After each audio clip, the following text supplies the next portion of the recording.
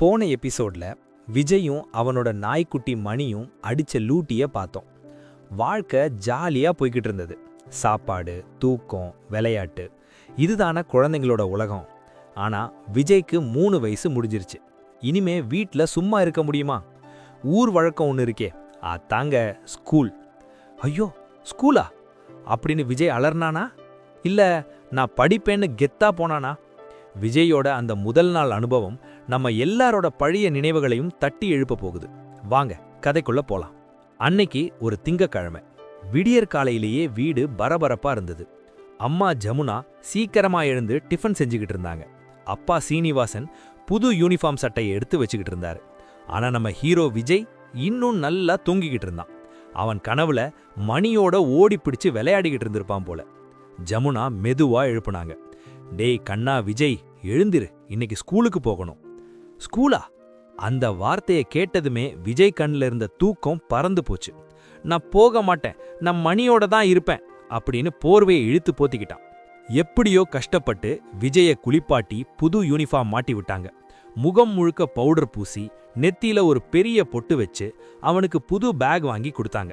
அந்த பேக்ல ஸ்லேட்டு, பல்பம் எல்லாம் போட்டு கொடுத்து விட்டாங்க. விஜய் கண்ணாடிய பார்த்தான். அவன் முகம் சோகமா இருந்தது. அப்போ மணி உள்ள ஓடி வந்தான். விஜய் காலை சுத்திக்கிட்டே வல் வல்னு குறைச்சான். எங்க போற, என்னையும் கூட்டிட்டு போ நீ கேக்குற மாதிரி இருந்தது. விஜய் மணிய கட்டி பிடிச்சுக்கிட்டு, அம்மா மணியையும் ஸ்கூலுக்கு கூட்டிட்டு போலாமான்னு அழ ஆரம்பிச்சிட்டான். ஜமுனா சிரிச்சுக்கிட்டே, டே நான் எல்லாம் ஸ்கூலுக்கு வரக்கூடாதுடா, நீ போய் படிச்சுட்டு வா, சாயங்காலம் வந்து மணியோட விளையாடலான்னு சொன்னாங்க. அப்பா சீனிவாசன் தன்னோட பழைய டிவிஎஸ் 50ல விஜய முன்னாடி உட்கார வச்சாரு. விஜய் அம்மாவை பார்த்துக்கிட்டே அழுதுகிட்டே இருந்தான். அம்மா ஜமுனா வாசல்ல நின்னு டாட்டா காமிச்சாங்க.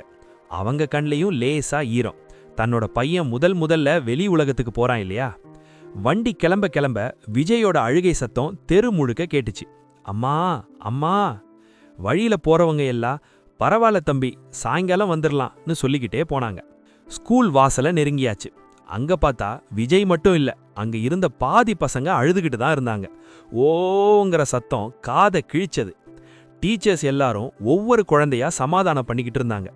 அப்பா சீனிவாசன் விஜய கீழே இறக்கி விட்டாரு. ஒரு பிஸ்கட் பாக்கெட்டை அவன் பையில வச்சுட்டு, என் ராஜா இல்ல, அழாம போய் உட்காருன்னு சொன்னாரு. விஜய் அப்பாவோட சட்டைய பிடிச்சு இழுத்தான்.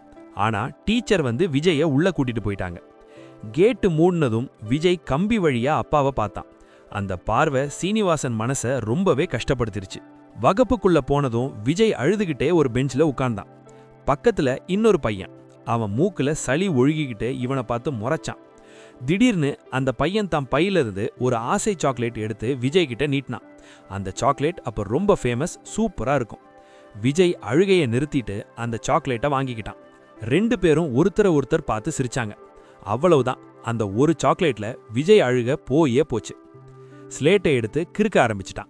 சாயங்காலம் வீட்டுக்கு வந்த உடனே அம்மாவை கட்டி பிடிச்சிக்கிட்டு, அம்மா எனக்கு புது ஃப்ரெண்டு கிடைச்சிட்டான் தெரியுமா, அவன் பேரு அசோக்னு சந்தோஷமா சொன்னான்.